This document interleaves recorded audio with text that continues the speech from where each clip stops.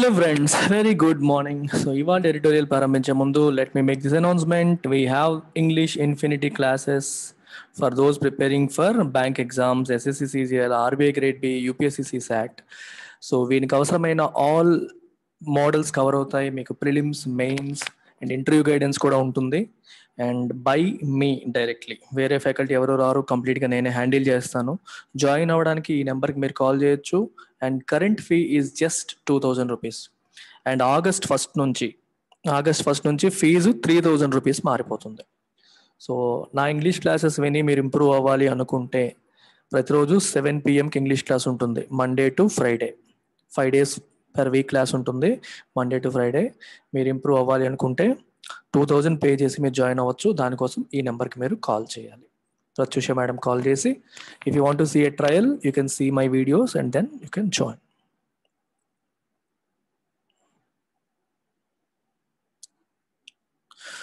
Title of today's editorial, wounded mountains. Mountains అంటే పర్వతాలు, wounded అంటే దెబ్బతిన్న పర్వతాలు అని మనం మీనింగ్ తీసుకోవచ్చు. హిమాచల్ ప్రదేశ్లో కొండ చర్యలు విరిగిపడి ఒక టెంపో ట్రావెలర్ మీద పడి ఒక 7-9 మంది చనిపోయారు. సో దానికి సంబంధించి రాస్తున్నారంటే ఈ హిమాలయన్ ల్యాండ్స్కేప్ అనేది డ్యామేజ్ అవుతుంది హ్యూమన్ యాక్టివిటీస్ వల్ల. సో ల్యాండ్ స్లైడ్స్ పెరిగిపోతున్నాయి, బౌల్డర్స్ అంటారు, పెద్ద రాళ్ళు, కొండ చర్యలు విరిగి పడిపోయి ప్రజల మీద పడిపోవడం అనేది జరుగుతుంది అని రకరకాల ఆస్పెక్ట్స్ ఉన్నాయి. వాటన్నిటి గురించి వివరిస్తూ ఎడిటోరియల్ అని సాగింది. This is full of vocabulary, lot of words వస్తాయి. So pay full attention and learn them. Tourist tragedy in Himachal Pradesh points to the importance of preserving ecology. Ecology ni preserve cheyalsina importance ni ఇది point చేస్తుంది. Ecology అంటే the natural relationship between humans and surrounding environments.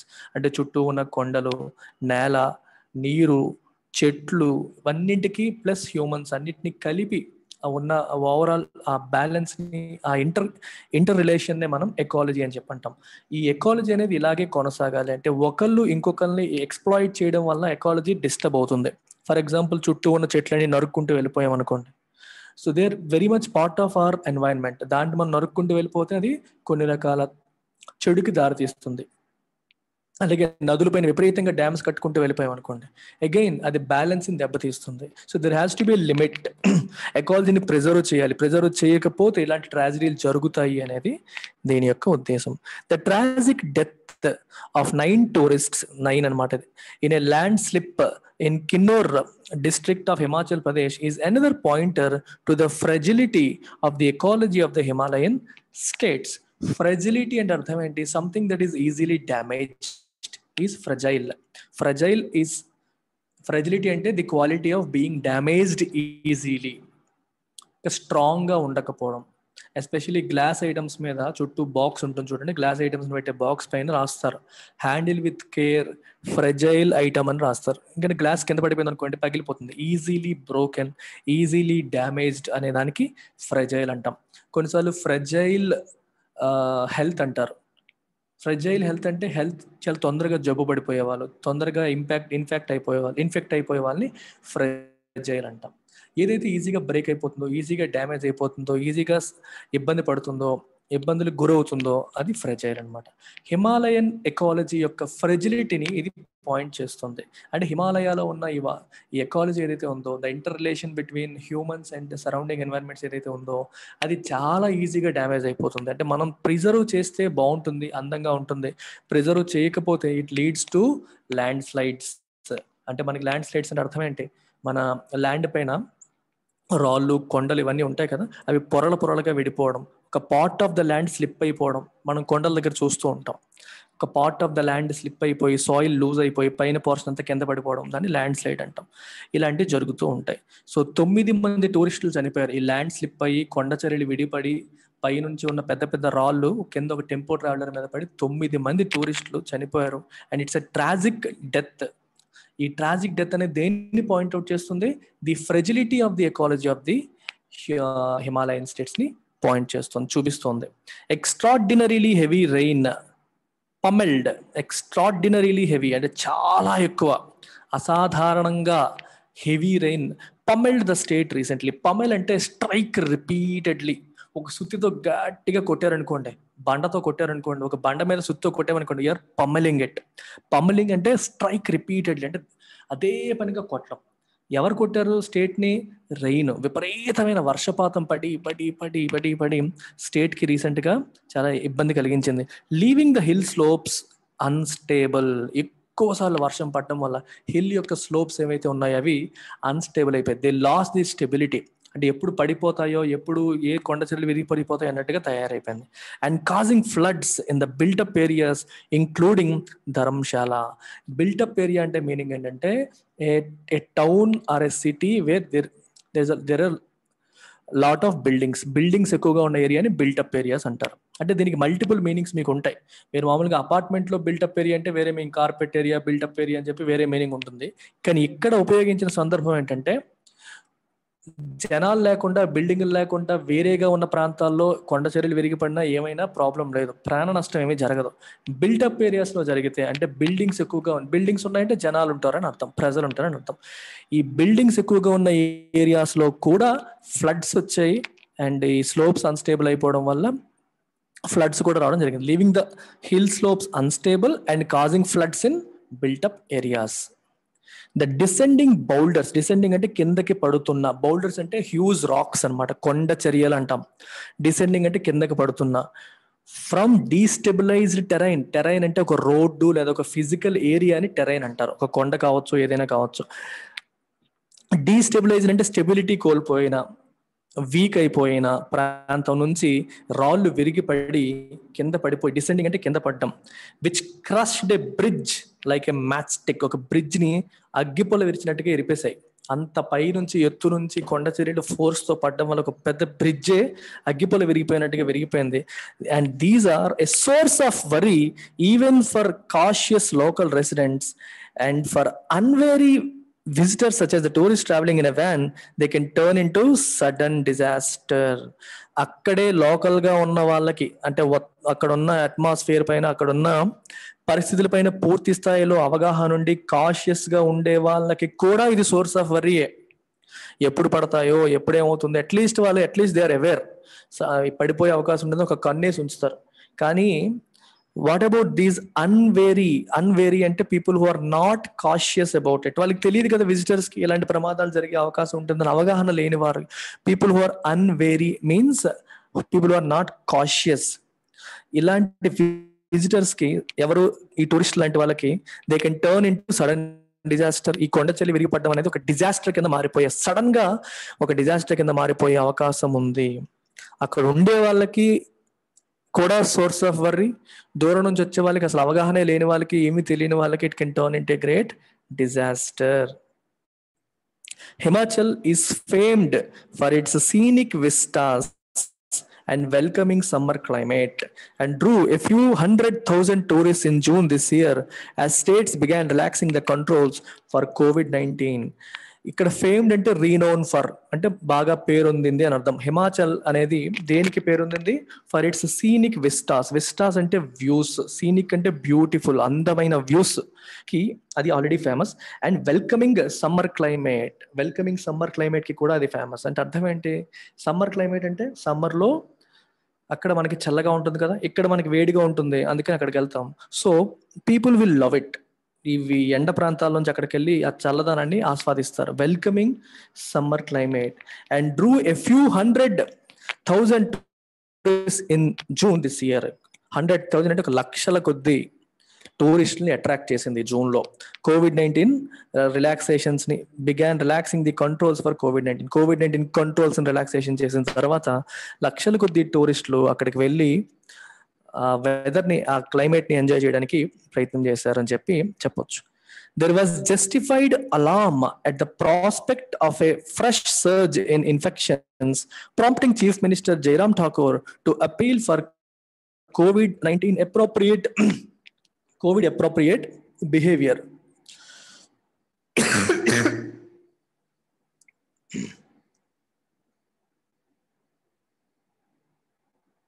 So దీని meaning ఏంటి చూడండి. States began relaxing the control. There was justified alarm. Alarm అంటే అర్థం ఏంటంటే ఒక యాంగ్సియస్ కన్సర్న్ ఫర్ ఫ్యూచర్, అంటే ఏం జరిగిపోతుందో అని యాంగ్జైటీతో, ఆందోళనతో ఉండడాన్ని మనం అలామ్ అంటాం. జస్టిఫైడ్, ఇట్ ఈస్ జస్టిఫైడ్ అంటే రీజనబుల్, సహేతుకమే, అంటే అలా భయపడడం అనేది సహేతుకమే అని అర్థం.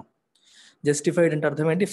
ద రీజన్ ఈజ్ జస్టిఫైడ్ అంటే కరెక్ట్ రీజన్ ఇచ్చారు. ఒక తప్పు చేశాడు, బట్ ఎందుకు చేశాడని రీజన్, తను ఇచ్చిన జస్టిఫికేషన్, వివరణ అనేది సహేతుకంగానే ఉంది అంటాం. అది దాని జస్టిఫికేషన్. జస్టిఫైడ్ అలారం అంటే ఫ్యూచర్ ఏమైపోతుందో అంటే ఏంటి, ఫ్యూచర్లో ఏమవుతుంది, at the prospect of a fresh search, అంటే మళ్ళీ ఫ్రెష్గా కేసెస్ పెరిగే అవకాశం ఉంది అనే భయం ఉంది చూసారు, ఆ భయపడ్డం అనేది జస్టిఫైడే. అందువల్లే ప్రాంప్టింగ్, ఎవరిని ప్రాంప్ట్ చేసింది? చీఫ్ మినిస్టర్ని ప్రాంప్ట్ చేసింది. ఏమని? To appeal for COVID appropriate behaviour. అర్థమవుతుందా? ఫ్యూచర్ అంటే లక్షల మంది అక్కడికి వచ్చి గుమికూడడం వల్ల there is a prospect of fresh surge in cases ఫ్రెష్గా మళ్ళీ పెరిగిపోయే ప్రాస్పెక్ట్, పాసిబిలిటీ ఉంది అనే విషయం it has caused alarm. Alarm అంటే ఆందోళన కలిగించింది. That alarm is justified. అది కరెక్టే అలా, ఎందుకంటే ఇంతమంది గుమ్ముకున్నప్పుడు ఆటోమేటిక్గా భయం వస్తుంది. అండ్ ఇలా ఈ భయం రావడం అనేది it prompted the chief minister అది ప్రాంప్ట్ చేసింది. ఏమని? To appeal for COVID appropriate behaviour. COVID-19 ఉంది మనకి, సో దానికి తగ్గట్టుగా మీరు మాస్కులు వేసుకోండి, సోషల్ డిస్టెన్స్ పాటించండి, కోవిడ్ అప్రోప్రియేట్ బిహేవియర్ మెయింటైన్ చేయండి అని చెప్పి అపీల్ చేసే సిచ్యువేషన్కి దారితీసింది.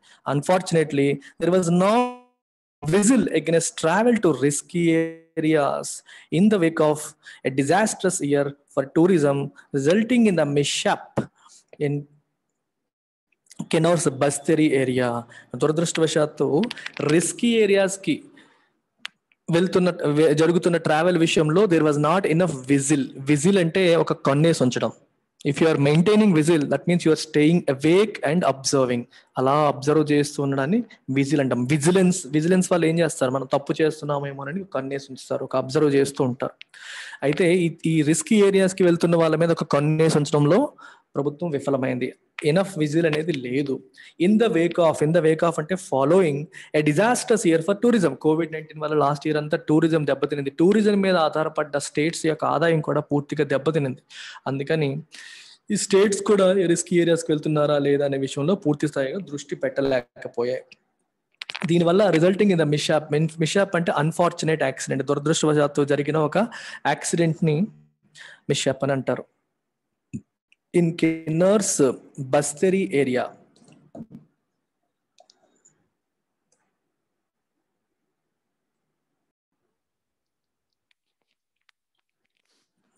what should worry Himachal and neighboring Uttarakhand is that states may be entering a phase of irreversible decline because of losses to their ecology. Frequent landslides may become inevitable.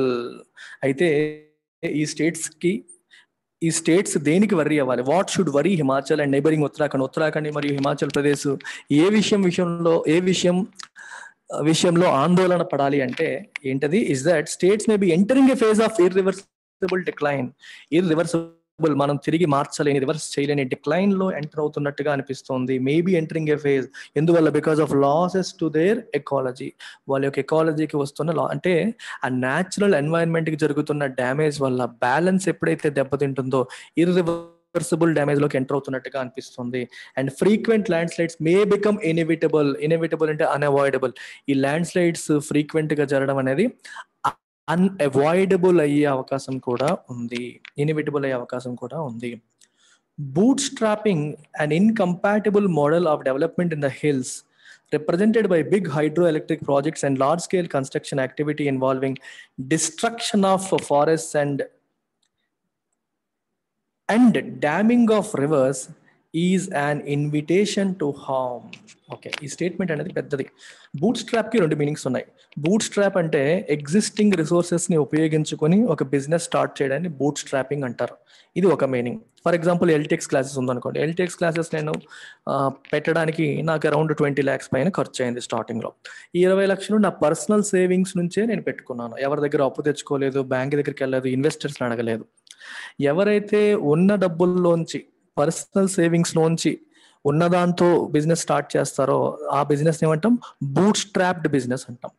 Boot strap ఇంకో meaning అంటే ఉన్న resources తోనే develop అవ్వాలని ప్రయత్నం చేయడం. Business విషయంలో కాదు, ఏ విషయంలో అయినా సరే ఎక్స్టర్నల్ వాళ్ళ మీద ఆధారపడకుండా, ఎవరి మీద ఆధారపడకుండా ఉన్నదాంతో వీలైనంత చేయాలి అనుకోవడాన్ని బూట్ స్ట్రాపింగ్ అంటారు. అగైన్ ఆ మీనింగ్ కూడా ఇక్కడ ఫిట్ కావట్లేదు.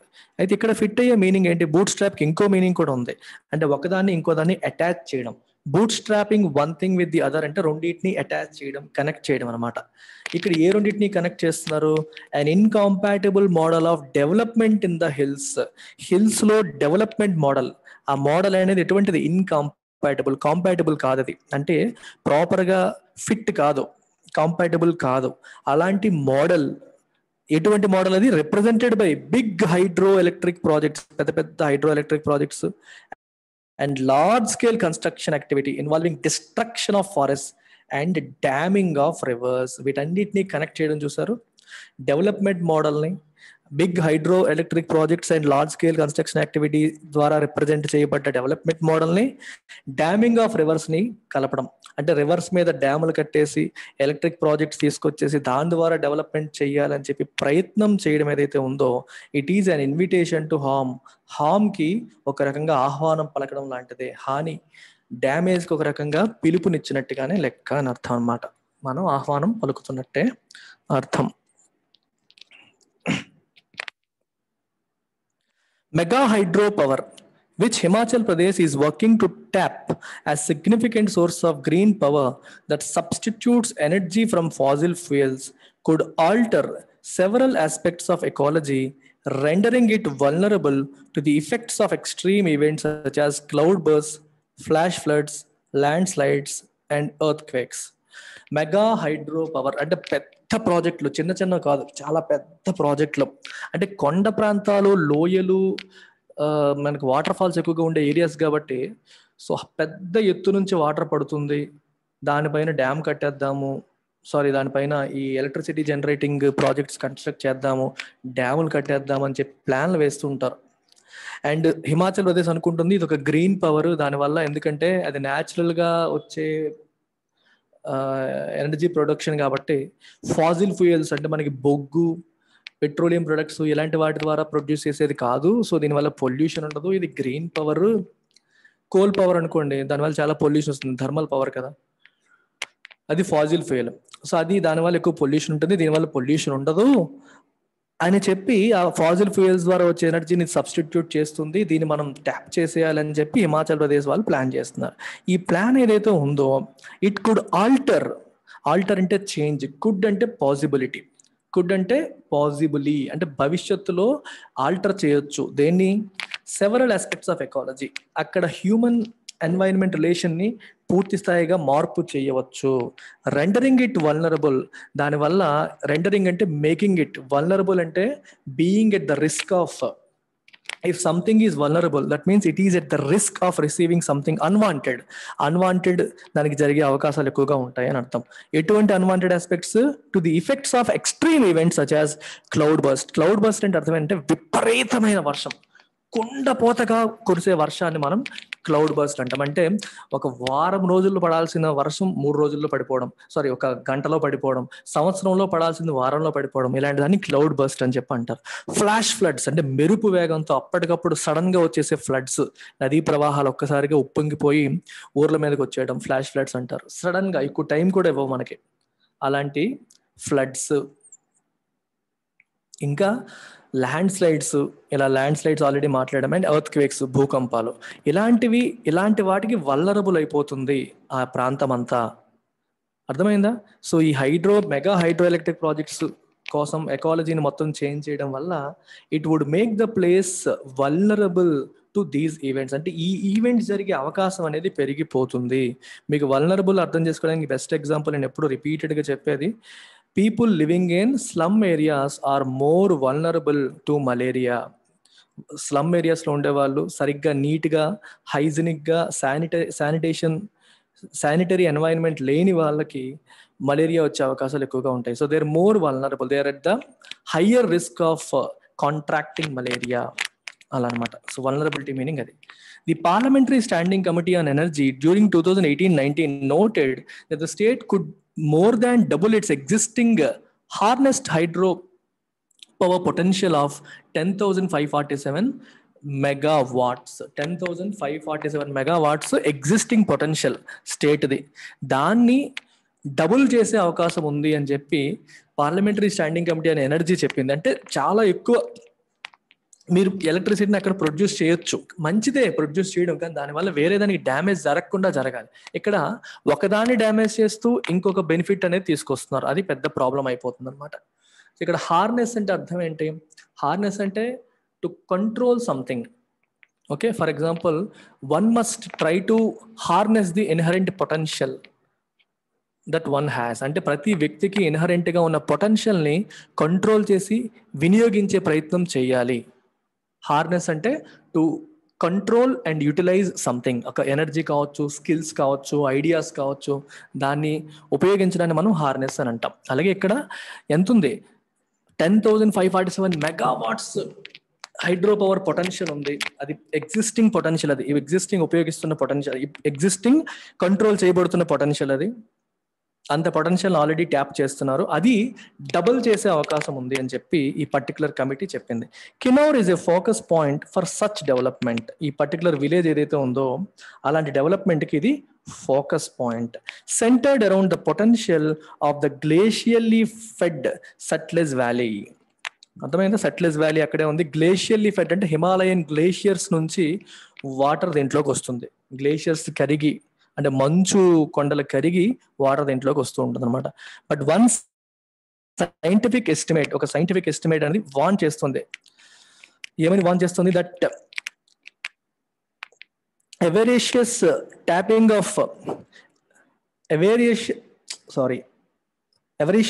tapping of river through all planned projects would impound nearly a quarter of its waters in dams. Okay, ఇదేంటంటే ఎక్స్ట్రీమ్లీ గ్రీడీ అనే మీనింగ్ వస్తుంది. అంటే రివర్ని పూర్తిగా గ్రీడీగా మొత్తం రివర్లో ఉన్న వాటర్ అంతా మనం వాడేసేయాలి. ఓకే, ఈ వాటర్ అంతా మనం వాడేసేయాలి విపరీతంగా, దీని నుంచి ఎంత ఎలక్ట్రిసిటీ వస్తే అంత ఎలక్ట్రిసిటీని ఉపయోగించేయాలి అని చెప్పి ఈ ప్లానింగ్ ఏదైతే ఉందో దీని మీనింగ్ ఏంటి? ఎక్స్ట్రీమ్లీ గ్రీడీ అనమాట. త్రూ ఆల్ ప్లాన్డ్ ప్రాజెక్ట్స్ ఇదేం చేస్తుంది? Would impound nearly a quarter of its waters in dams. Sutlej నదిలో ఉన్న వాటర్, ఒక క్వార్టర్ ఆఫ్ ఇట్స్ వాటర్ అన్నిటిని కూడా, అంటే 1/4 ఆఫ్ ఇట్స్ వాటర్ డ్యామ్స్ లో రెస్ట్రిక్ట్ అయిపోతుంది. అర్థమైందా? ఇంపౌండ్ అంటే మొత్తం దాన్ని మనం సీజ్ చేసేసి మన అధీనంలోకి తీసుకోవడం లాగనమాట.